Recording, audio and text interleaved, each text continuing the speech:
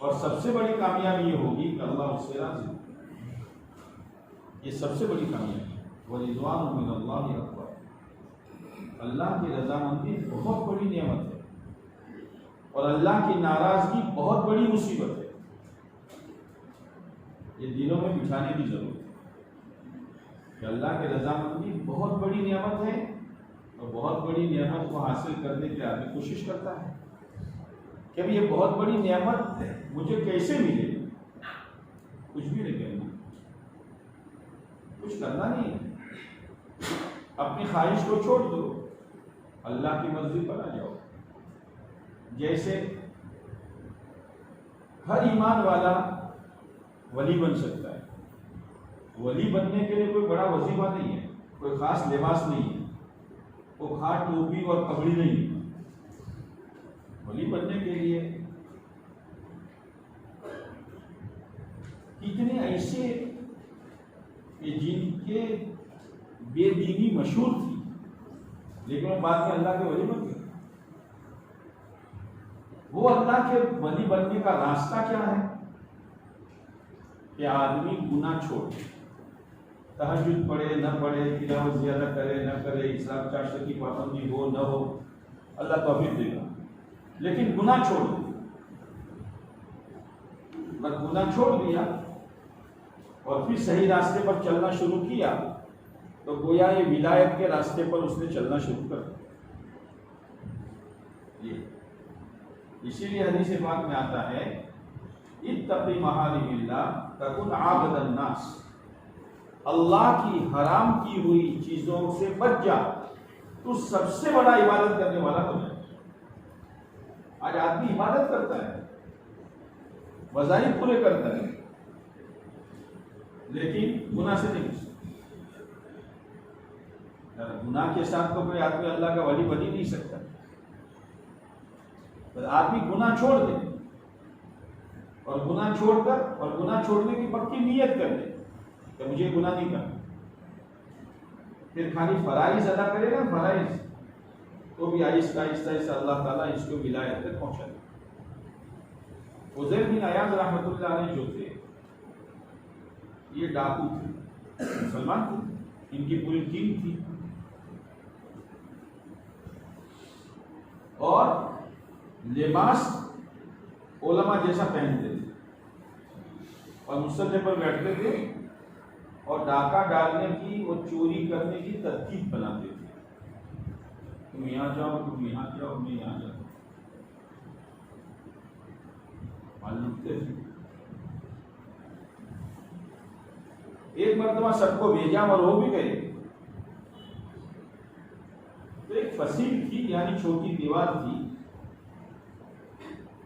وہ دیوار سے کود کر گئے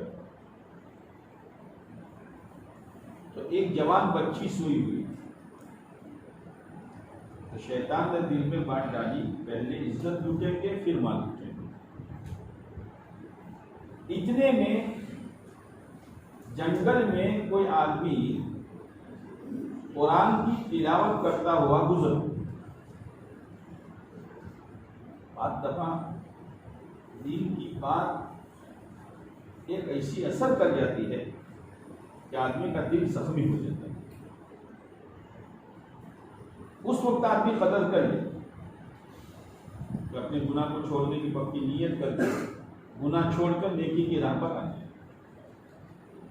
جیسے امام اصمعی رحمۃ اللہ علیہ عشاء کے بعد دیر سے مسجد سے نکلے تو ایک ڈاکو ملا، سارا ہتھیار سجا ہوا لوٹنے کا، مارنے کا. کہا کون ہو؟ کہ اصمعی. کہاں سے نکلے؟ کہ اللہ کے گھر سے. کہ دنیا میں بھی کوئی اللہ کا گھر ہے؟ کہ ہاں، مسجد. کیا کر رہے تھے؟ کہ اللہ کا کلام پڑھ رہا تھا. دنیا میں بھی اللہ کا کلام ہے؟ کیا ہے تو سناؤ. تو امام اصمعی رحمۃ اللہ علیہ نے یہ آیت پڑھی وَفِي السَّمَاءِ رِزْقُكُمْ وَمَا تُوعَدُونَ. تمہاری روزی آسمانوں پر ہے. بس یہ سننا تھا کہ وہ ڈاکو نے دوڑ لگائی، بھاگ گئے. امام اصمعی رحمۃ اللہ علیہ کو افسوس ہوا کہ میں نے اس کو پوری بات نہیں سمجھائی کہ وہ دیکھ حلال روزی تلاش کرنا یہ حرام طریقے تم چھوڑ دے، یہ تو میں سمجھا نہیں پایا اور تو بھاگ گیا. بات آئی گئی ہوگی. حج کے موسم پر حضرت امام اصمعی رحمۃ اللہ علیہ حج میں گئے، طواف کر رہے. پیچھے سے کسی نے کندھے پر ہاتھ رکھا. امام اصمعی کو وہ پہچانتے تھے، امام اصمعی اس کو نہیں پہچانتے تھے. میں کون ہوں؟ کہ بھول گئے کہ وہی ہوں کہ تم کو لوٹنے کے لیے کھڑا کیا تھا، پھر تم نے کہا اللہ کے گھر سے آیا، اللہ کا کلام پڑھا تو حج میں آیا. ہاں حج میں آیا.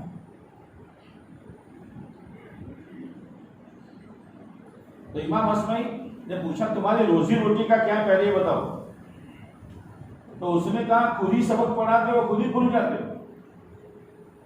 تم نے تو مجھے سبق پڑھایا کہ تمہاری روزی آسمانوں پر ہے. میرا اللہ صبح شام آسمان سے میرا کھانا بھیجتا ہے. من و من اس نے توبہ کر لی. اصمعی کچھ اور سناؤ. امام اصمعی رحمۃ اللہ علیہ نے آگے کیا آیت سنائی، فورب السماء والارض، زمین و آسمان کے رب کی قسم. آگے پوری آیت پڑھی تو اس نے کہا ایسے کون سے پھوٹی قسمت کے ہیں کہ جن کو سمجھانے کے لیے میرے رب کو قسم کھانی پڑی. بے ہوش ہو کر گرا اور وہی بیت اللہ میں جانتے. ولی بننے میں کتنی تھی، کوئی طے تو کرے. آدمی طے نہیں کرتا. گناہ بھی چلتے ہیں، نیکی بھی چلتے ہیں، گناہ بھی چلتے ہیں، نیکی بھی چلتی ہے. چاہے نیکی کم کرے، نوافل وغیرہ، لیکن گناہ چھوڑنا یہ اصل چیز ہے. نیکی کے ساتھ گناہ ہے تو نیکی کا فائدہ نہیں ہوگا. جیسے کوئی آدمی کار لے کے جا رہا ہے، ایسی چالو ہے، ٹھنڈک محسوس نہیں ہو رہی. بھائی ایسی چار پر ہے، پھر کیا بات ہے ٹھنڈک نہیں. دیکھا پیچھے شیشہ کھلا ہوا ہے تو ساری ٹھنڈک باہر جا رہی ہے. نیکیوں کی ایسی چالو ہے لیکن گناہ کی پھاٹک بھی کھلی ہوئی ہے، پھر کہاں سے چین. ہر ایمان والا اللہ کا ولی ہے.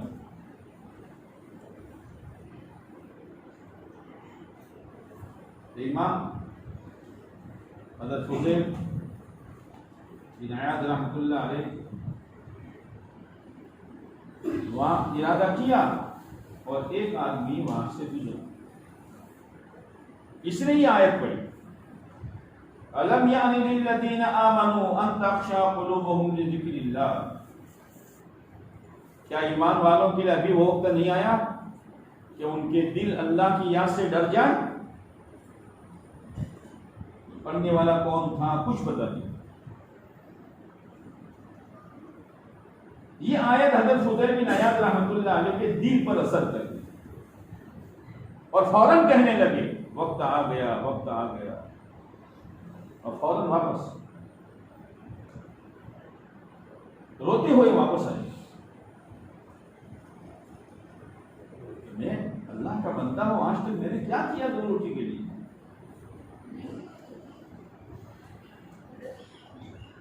جہاں سے اٹھے تھے وہاں کے بیٹھے تو سارے لٹنے کے اور ڈاکہ ڈالنے کے سارے اوزار سب توڑ دیے اور رو رہے. وہ ان کی ٹیمیں آئی، حضرت کیا ہوا؟ تو انہوں نے کہا تمہیں جہاں جانا ہو جاؤ، مجھے اپنی راہ پر چل لینا. کیا ہوا کہ میں تو توبہ کر چکا ہوں. تو انہوں نے کہا جب برائی کے راستے میں ہم نے آپ کا ساتھ دیا تھا تو کیا نیکی کے راستے میں ساتھ نہیں دیں گے؟ سب نے توبہ کی، لیکن لوٹا ہوا مال تو دوسروں کا حق ہے واپس کرنا، وہ سب جمع کرتے تھے۔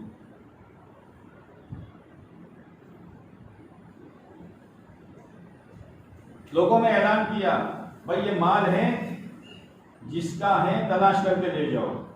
اب کون آئے گا خریدنے؟ ان کو کیا پتا کہ سدھر چکے، کوئی ڈر کے مارے آوے نہیں۔ بہت کہا کہ میں توبہ کر چکا ہوں، اپنا مال لے جاؤ۔ اب لوگوں کو اطمینان ہوا اور مال لے کر گئے۔ ایک یہودی کا مال رہ گیا، یہودی کو گئے بعد میں، بھائی تیرا اتنا اتنا معاف کر، کہ معاف نہیں ہوگا، معاف نہیں ہوگا، یا میرا پاک سنبھل۔ ٹھیک ہے، آخرت بنا ہی نہیں، نوکر بننا پڑے تو نوکر بن جاؤں گا، لیکن کسی کا پائی پیسہ میرے ذمہ نہ رہے تاکہ میری آخرت نہ اجڑے۔ یہ ہے آخرت کا فکر۔ آخرت کی باتیں کرنا تو بہت آسان ہے، اور آخرت کی تقریریں سننا بہت آسان ہے، لیکن دل میں آخرت اترے کہ جہاں میں اکیلا ہوں گا، میرا کوئی آسرا سہارا نہیں ہوگا، اور سب کچھ پیچھے چھوڑ کر میں جاؤں گا، اس وقت کیا ہوگا؟ تھوڑی مدت کے بعد یہودی نے بلایا کہ میرے گھر جاؤ، اور ایک طاق میں تھیلی رکھی ہے، بولے آؤ۔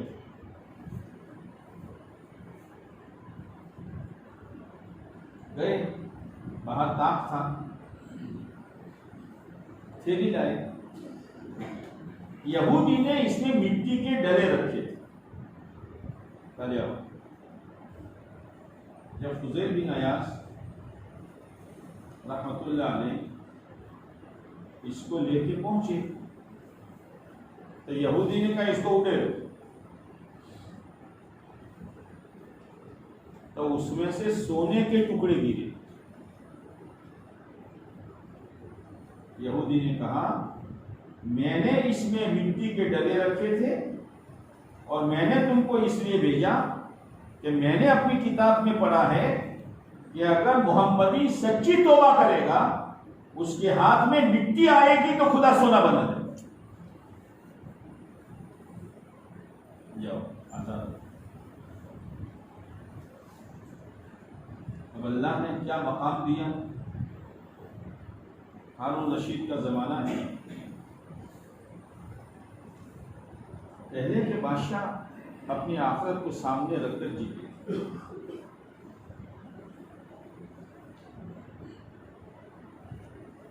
قطب الدین بختیار کاکی رحمۃ اللہ علیہ بہت بڑے اللہ کے ولی گزرے، جن کے نام کا قطب مینار ہے دہلی میں،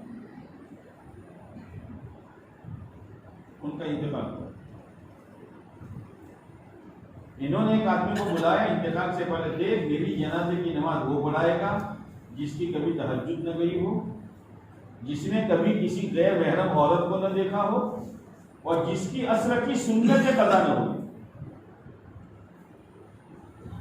حضرت کا جنازہ آ گیا، چیونٹیوں کی طرح مجمع آ گیا۔ اب وصی جو تھا اس نے کہا سنو بھائی، حضرت نے یہ وصیت کی ہے کہ جنازے کی نماز وہ پڑھائے گا جس کی تہجد نہ گئی ہو، عصر کی سنت قضا نہ ہوئی ہو، اور کسی غیر محرم کو دیکھا نہ ہو۔ سننا بچہ خطرہ ہونے لگا کہ اللہ کوئی ہوگا کہ نہیں، کہ جنازہ ایسے رکھا جائے گا۔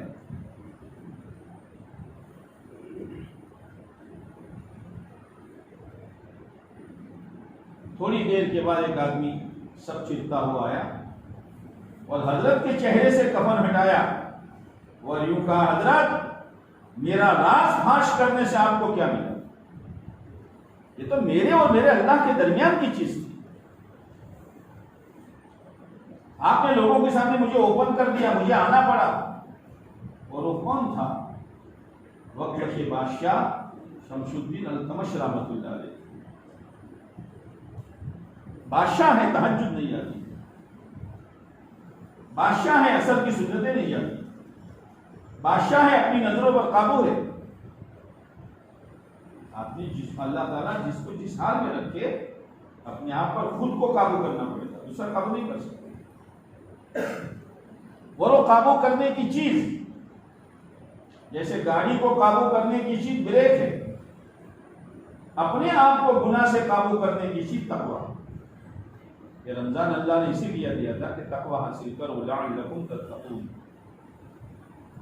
لعلکم تتقون، کہ اللہ کے ڈر کے ساتھ زندگی گزر. تو ہارون رشید کے زمانے میں ہارون رشید بہت نیک بادشاہ تھے. علماء کو بلاتے تھے کہ مجھے آخرت سناؤ، مجھے آخرت سناؤ. اپنی حیاتی میں اپنی قبر کھودوائی، کینواس قبر کھودو گئی. جب قبر تیار ہو گئی تو کہا مجھے قبر کے گڑھے پر لے جاؤ. قبر کے گڑھے پر بیٹھ کر یوں کہتے ہیں ما ابنا عنی مالیہ ہلک عنی سلطانیہ. جو قیامت کے دن آدمی کہے گا. ہارون رشید یہاں کہہ رہے ہیں ہائے میرا مال مجھے کام نہ آیا اور میری سلطنت اور میری بادشاہت نے مجھے ہلاک کر دیا. حالانکہ تہجد گزار تھے، تہجد گزار تھے. ایک دفعہ بہلول ایک بزرگ تھے، بہلول بزرگ تھے، وہ ہمیشہ اوپر کی دنیا میں رہتے، ان کو کچھ پتہ نہیں نیچے کیا ہوتا ہے. ہارون رشید سے ملنے آئے. ہارون رشید نے کہا تم تو پوری دنیا میں گھومتے رہتے ہو، بہت سے بیوقوف ملتے ہوں گے تم کو، یہ چھڑی اور لکڑی میں دیتا ہوں، لے لو، اور سب سے زیادہ بیوقوف ملے اس کو دے دینا.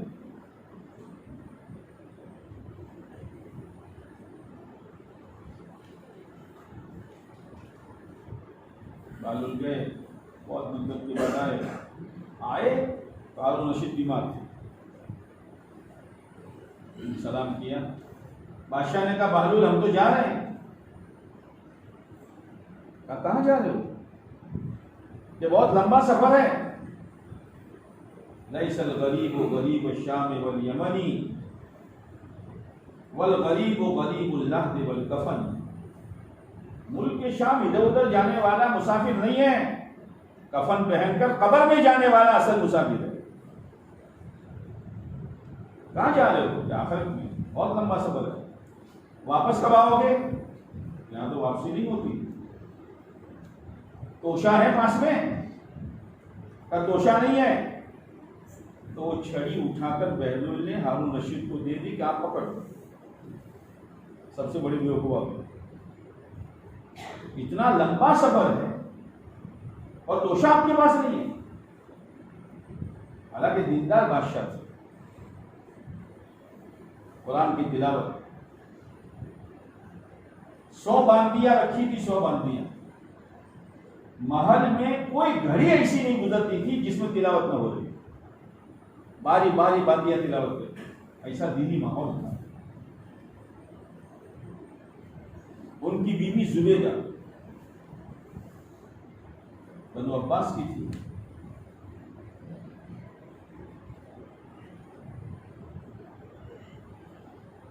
دونوں جا رہے تھے تفریح کے لیے.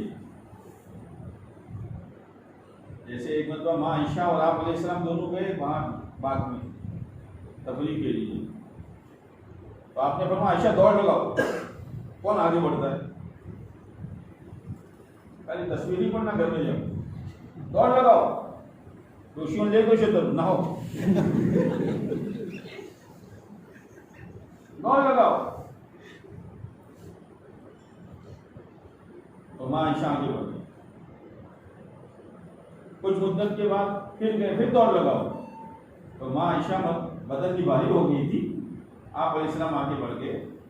آپ نے فرمایا بدلہ لے لیا. اس مدت کو آگے بڑھ گئی تھی تو میں آگے بڑھ گیا.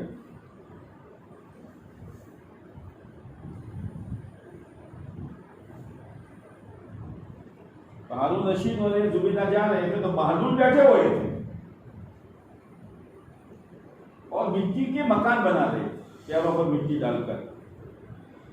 تو ہارون رشید نے پوچھا کیا کرتے ہو؟ تو مکان بناتا ہوں.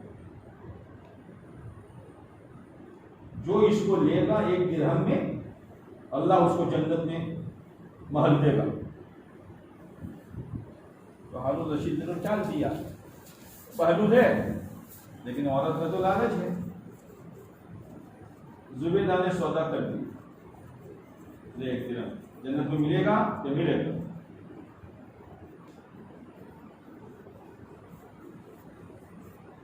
دوسری رات جب سوئے تو ہارون رشید نے جنت کا محل دیکھا جس پر زبیدہ کا نام لکھا ہوا تھا، سونے چاندی لکھا.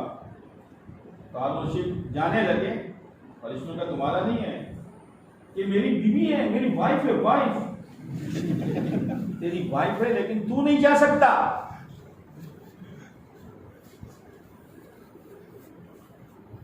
آنکھ کھل گئی. دوسرے دن گئے تو بہادر بیٹھے تھے، مکان بنا رہے تھے. ہارون رشید نے کہا کیا؟ کہ مکان بناتا ہوں، جو خریدے گا جنت میں بنگلہ. قیمت یا پوری بادشاہ؟ کل 1 درہم میں وہاں پوری بادشاہ کہ دیکھ کر آئے ہو، رات کو دیکھ کر آئے ہو.